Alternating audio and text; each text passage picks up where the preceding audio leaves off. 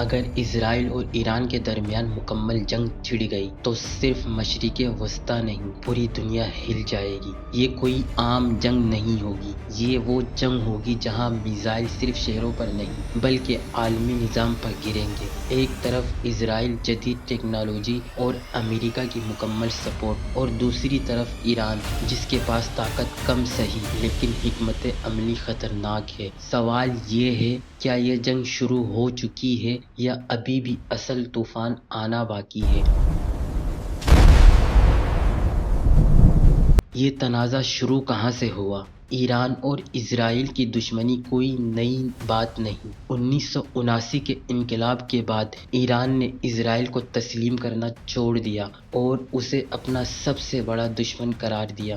وقت کے ساتھ ساتھ یہ دشمنی صرف الفاظ تک محدود نہیں رہی بلکہ خفیہ جنگوں میں تبدیل ہو گئی۔ مسلسل سائبر حملے، خفیہ کارروائیاں اور پروکسی جنگ۔ لیکن پھر سال 2026 میں سب کچھ بدل گیا جب امریکہ اور اسرائیل نے مل کر ایران پر حملہ کیا۔ فروری سال 2026، صرف 12 گھنٹوں میں تقریباً 200 حملے کیے گئے۔ ایران کے فوجی اڈے، نیوکلیئر سائٹس اور ایرانی قیادت کو نشانہ بنایا گیا۔ یہ ایک واضح پیغام تھا، ایران کو روکنا ہے کسی بھی قیمت پر۔ لیکن ایران خاموش نہیں رہا۔ چند ہی گھنٹوں میں سینکڑوں میزائل اور ڈرون پورے مشرق وسطی میں داغ دیے گئے، اور پھر یہ جنگ صرف 2 ملکوں تک محدود نہیں رہی۔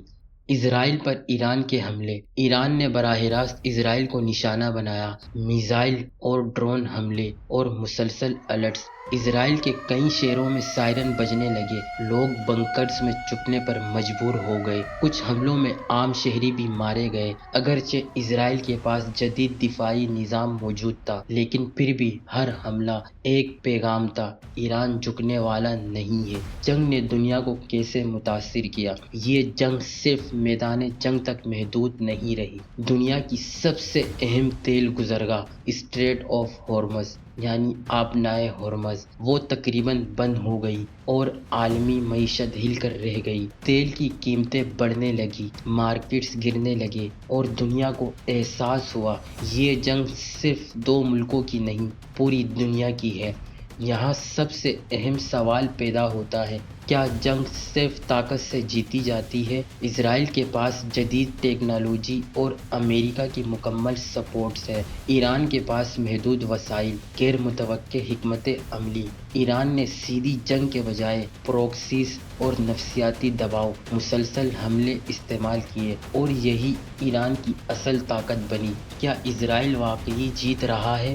باہر سے دیکھیں تو لگتا ہے کہ اسرائیل مضبوط ہے، لیکن حقیقت تھوڑی مختلف ہے۔ ہر میزائل حملہ، ہر سائرن، ہر خوف اسرائیل کے اندر دباؤ بڑھا رہا ہے، اور یہی ایران کی اسٹریٹجی ہے، براہ راست نہیں بلکہ مسلسل تھکانا ہے۔ اب سب سے بڑا سوال، کیا یہ جنگ یہاں رک جائے گی یا پورے مڈل ایسٹ کو لپیٹ میں لے لے گی؟ حزب اللہ اور دیگر گروپس اور عالمی طاقتیں سب اس میں شامل ہو سکتی ہیں، اور اگر ایسا ہوا تو یہ صرف جنگ نہیں ہوگی بلکہ عالمی بحران ہوگا۔ اصل جیت کس کی ہوگی؟ تاریخ ہمیں ایک چیز سکھاتی ہے، جنگ میں ہمیشہ وہ نہیں جیتتا جو زیادہ طاقتور ہو، بلکہ وہ جیتتا ہے جو زیادہ دیر تک کھڑا رہ سکے۔ ایران شاید فوری طور پر نہ جیتے، لیکن وہ ٹوٹ بھی نہیں رہا، اور یہی اصل گیم ہے۔